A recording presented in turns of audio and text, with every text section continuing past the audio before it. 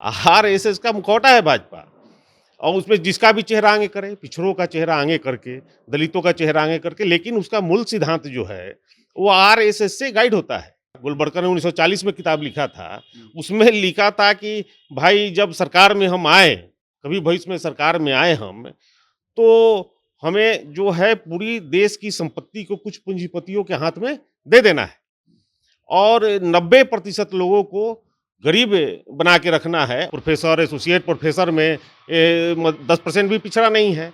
पूरा न्यायपालिका की जो व्यवस्था, उच्च न्यायालय की व्यवस्था देख लीजिए, उसमें आपको 10% भी पिछड़ा दलित और मुसलमान नहीं है। कि 90% लोग को आपने हाशिए पर रख करके देश को आगे नहीं बढ़ा सकते हैं। केवल 10% लोग जो है उनका शोषण कर रहे हैं।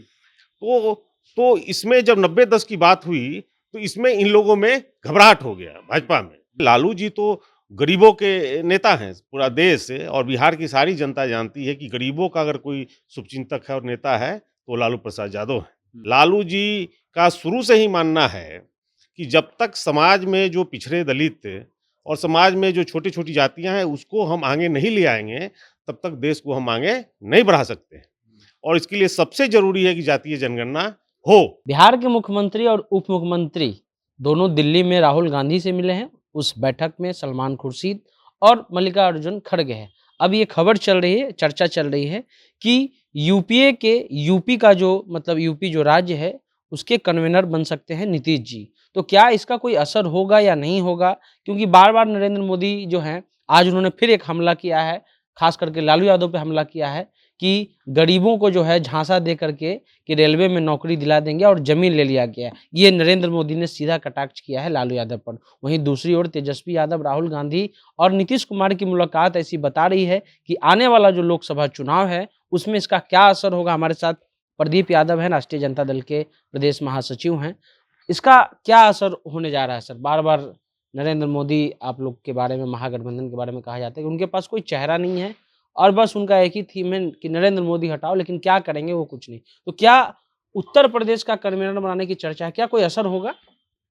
देखिए, ये पूरा भाजपा जो है, जिस तरह से जब लालू जी और नीतीश जी, और आप देख रहे हैं कि पूरा विपक्ष धीरे-धीरे भाजपा के कुशासन के खिलाफ एकत्रित हो रहा है। इससे भाजपा पूरी तरह बौखलाई हुई है, और बौखलाहट में ये तरह-तरह का बयान दे रहे हैं। अब नरेंद्र मोदी जी जिस तरह से लालू जी पर अटैक किए हैं, लालू जी तो गरीबों के नेता हैं। पूरा देश और बिहार की सारी जनता जानती है कि गरीबों का अगर कोई शुभचिंतक है और नेता है, तो लालू प्रसाद यादव है। और ये जो है भाजपा की सरकार हमेशा से गरीब विरोधी, दलित विरोधी, पिछड़ा विरोधी रही है। अब जिस तरह से आपने देखा कि सोशल जस्टिस फोरम में कई मुख्यमंत्री, तमिलनाडु के मुख्यमंत्री, माननीय मुख्यमंत्री जी, और कई सारे नेता, तेजस्वी जी, जिस तरह से अपनी बातों को रखा इस फोरम में, और जातीय जनगणना जो राष्ट्रीय जनता दल का हम लोग का बहुत पुराना है। लालू जी का शुरू से ही मानना है कि जब तक समाज में जो पिछड़े दलित और समाज में जो छोटी-छोटी जातियां हैं, उसको हम आगे नहीं ले आएंगे, तब तक देश को हम आगे नहीं बढ़ा सकते हैं। और इसके लिए सबसे ज़रूरी है कि जातीय जनगणना हो, कि किस जाति का क्या स्थिति है सामाजिक और आर्थिक, कि उसी पहचान करके फिर उसको हम इक्वलिटी की तरफ बढ़ सकें। और माननीय तेजस्वी जी ने जिस तरह से अपनी बात को रखा इस फोरम में, और देश के कई मुख्यमंत्री और नेता इसमें सहमत हुए कि देश भर में जातीय जनगणना हो, और जिसकी जितनी आबादी है उसके अनुसार लोगों को पार्टिसिपेशन मिले। ये लोकतंत्र की मजबूती के लिए ये सबसे जरूरी है।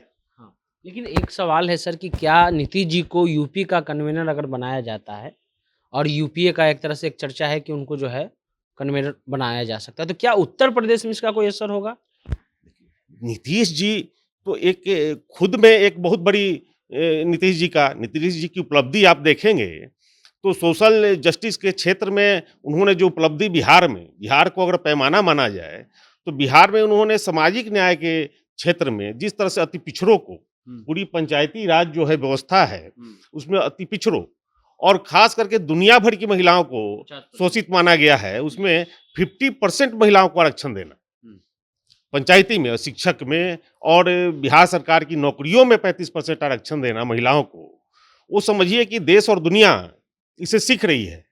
जिस तरह से उन्होंने बिहार को सजाया और संवारा है, वो इस बार का पूरे देश के चुनाव का बिहार जो है, बिहार के मॉडल पर ही देश का चुनाव होने जा रहा है। कैसे होने जा रहा है सर? आपके यहाँ जो कुशवाहा कुर्मी वोट है, कुशवाहा का वोट है, उसके लिए सेंधमारी के लिए तो सम्राट चौधरी को बना दिया गया, तो कैसे आप लोग नीतीश जी के वोट में तो सेंधमारी हो गया? देखिए, सेंधमारी का देखिए, हम लोग का जो गठबंधन बना है, वो विचारों पर आधारित है।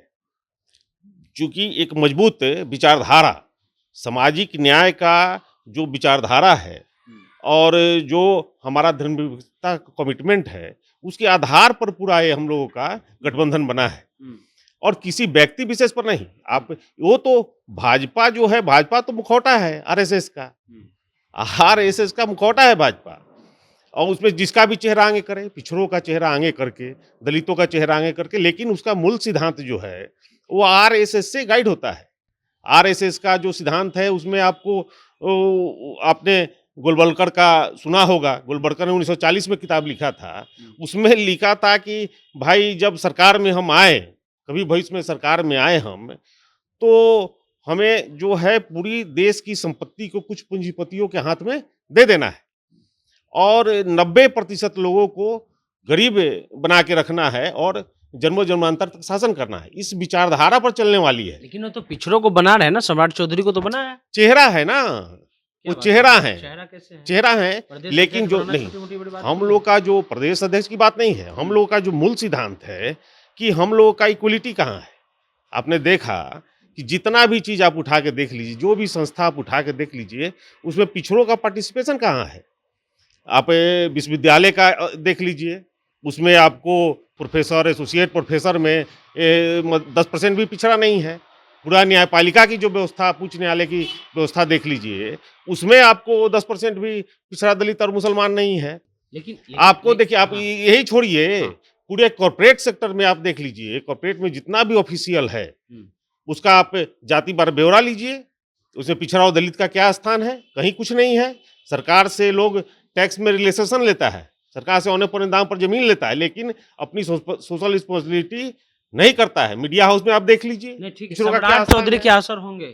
कुछ असर नहीं होगा। हाँ, ये जो घबराहट में बनाया गया है, जब आपने देखा कि उपेंद्र कुशवाहा भी उनके नहीं, साथ आप हैं। सुनिए ना, जगदेव बाबू की शताब्दी समारोह जब मना बापू सभागार में, माननीय मंत्री आलोक मेहता जी के नेतृत्व में बना, और उसका इतना व्यापक, जब उन्होंने 90 और 10 की बात की कि 90% लोग को आपने हाशिए पर रख करके देश को आगे नहीं बढ़ा सकते हैं, केवल 10% लोग जो है उनका शोषण कर रहे हैं।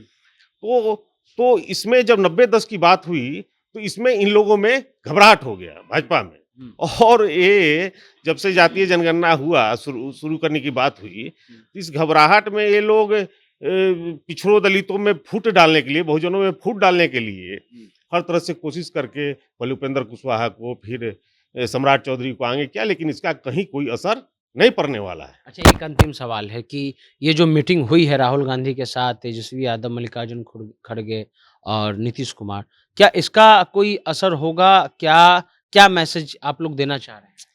पूरा देखिए, हमारे माननीय अध्यक्ष लालू प्रसाद यादव जी कहे हैं कि पूरी विपक्ष को गोलबंद करके, और चूंकि ये लड़ाई है देश का लोकतंत्र बचाने का, कि लोकतंत्र देश में रहेगा कि नहीं रहेगा, देश का एकता और अखंडता रहेगा कि नहीं रहेगा, तो ये लड़ाई बहुत बड़ी लड़ाई है। इसका सारे विपक्ष गोलबंद होकर के इस बार हम लोग भाजपा को पूरी तरह पटकनी देने जा रहे हैं। चलिए, तो सारा विपक्ष इकट्ठा कर करके, और इसमें कोऑर्डिनेटर जो हैं वो लालू यादव हैं, और इनका कहना है कि जो बिहार मॉडल है उसी के आधार पर पूरे देश में चुनाव होगा, और जो सम्राट चौधरी को बनाया गया है, भले जो है पिछड़ों को बनाया गया है, लेकिन वो सिर्फ मुखौटा है, असली काम जो है वो बीजेपी में आरएसएस करती है। ये प्रदीप यादव का कहना है। आप जनता जंक्शन देख रहे थे।